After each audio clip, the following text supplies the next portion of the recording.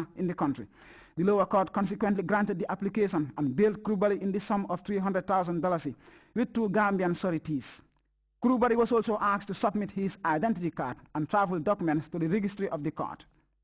The police prosecutor, Superintendent Seni Juf, subsequently asked the court for an adjournment on the basis that the case file had been sent to the Attorney General's chambers for legal advice.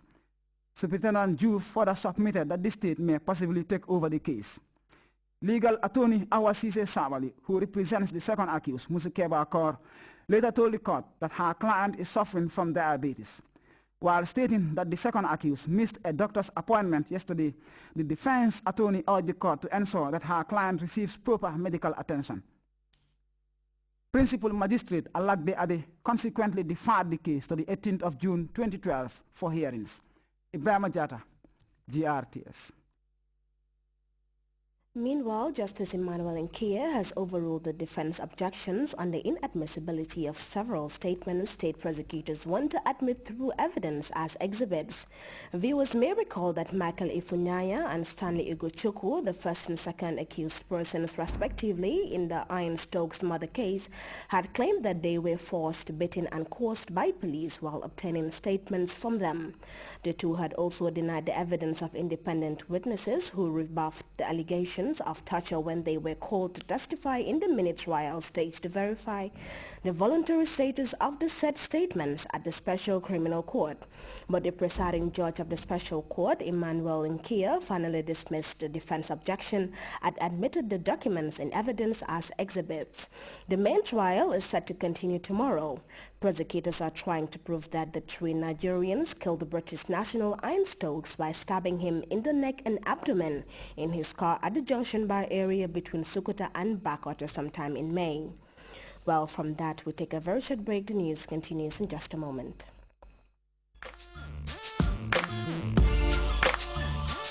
Nakala chilan. Register mo way. Wayo, go hard with chicken. Waxtu wi jot na de ñu ci me so ma register wute dañ ma dog de te do waxati June 15 ku register wut dañ la dog register ma way man de register na man sam register na.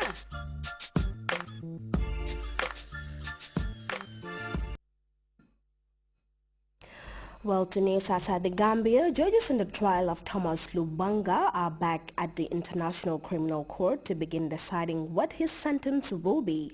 Lubanga is one of Africa's most notorious warlords. Earlier this year, he was found guilty of using child soldiers to help fight a civil war in the Democratic Republic of Congo. CNN's Nina Elbegir looks back at the trial that brought him back to justice. Was a historic verdict, the first in the International Criminal Court's 10-year history. The Chamber concludes that the prosecution has proved, beyond reasonable doubt, that Mr. Thomas Lubanga Dailo is guilty of the crimes of conscripting and enlisting children under the age of 15 years. In March 2006, Thomas Lubanga became the first person arrested under a warrant issued by the ICC. 6 years later, in March 2020, Lubanga was finally found guilty of war crimes. He now faces life imprisonment. For his victims, it's been a long time coming. Lubanga's crimes date back to the 5-year so-called Congo Second War, when conflict raged for control of the rich eastern mining areas in what is now the Democratic Republic of Congo. The fighting ended in 2002, and a shaky peace descended on the region after Lubanga's arrest and the absorption of former rebel forces into the National Army. But now the hunt for his old third-in-command, Bosco Ntaganda, also wanted by the ICC for war crimes, has sparked fresh unrest and sent thousands seeking refuge over the border in neighboring Rwanda. Many say they're fleeing the same forced conscription and targeting of children that marked Lubanga's reign. The long-awaited conviction of Lubanga in The Hague won't affect events on the ground thousands of miles away in the rainforest of eastern Congo.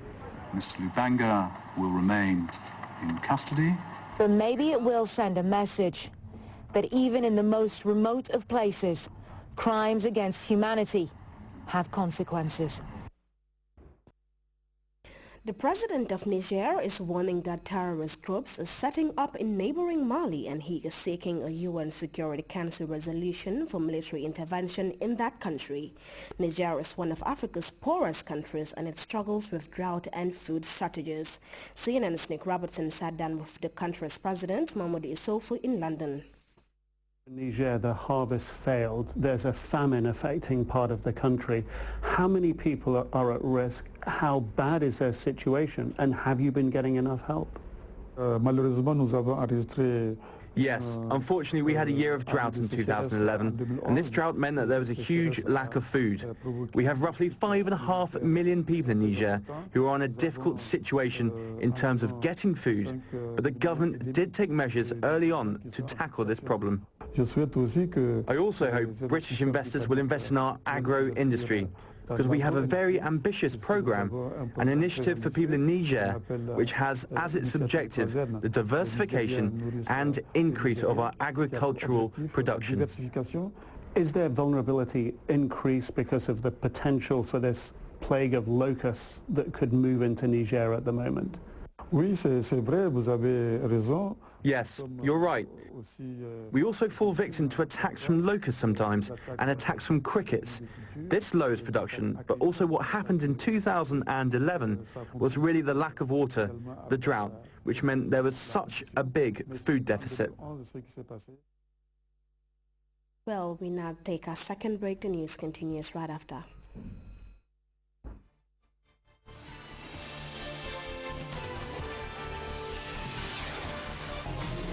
The world in your pocket. The world on your mobile. Get the latest top stories from all over the world directly from Al Jazeera Network straight to your AfriCell line.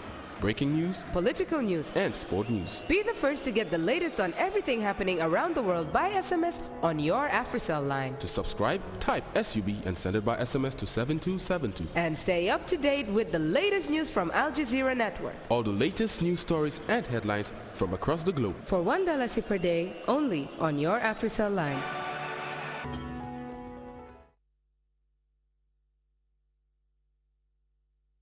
Let's take a look at the weather report by the Central Focus Office.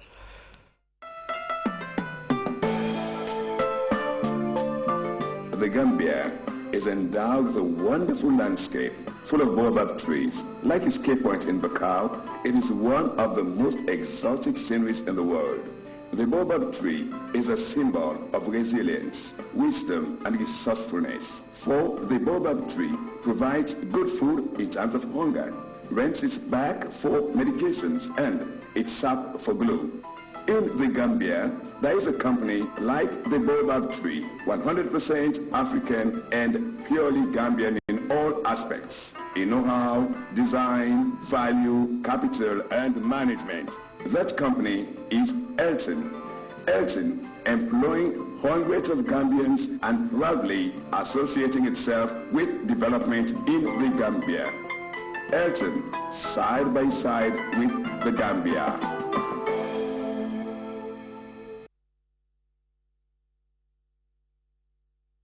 Hello dear viewers, welcome to the weather segment. First, we begin with the summary followed by the forecast. We experience a warm and variably cloudy atmosphere across the country, and for the forecast tonight, we'll be expecting a fairly humid and cloudy condition to prevail over the entire country, with chances of isolated rain over places. The day tomorrow, we'll be expecting partly cloudy and fairly humid atmosphere, becoming warm and sunny over the West Coast region, whilst over the inland areas, we'll be expecting warm, humid, and cloudy atmosphere with chances of rain and or thunder activities, particularly over CRR and URR. For the winds, we'll be expecting light, gentle westerly to southwesterly breeze to dominate the flow across the country, whilst morning temperatures, they will vary between 23 and 25 degrees Celsius. Afternoon temperatures, they will vary between 32 and 36 degrees Celsius. For those going to sea, we'll be expecting a low tide of 0.66 meters at 12:12 p.m. And for the high tides, we'll be expecting 1.40 meters at 6:35 a.m. and also 1.43 meters at 6:34 p.m. Wave heights will vary between 0 to 1 meter, and they will be mainly northerly swells. The sun will rise at 06:34 and will set at 19:36. It's now time.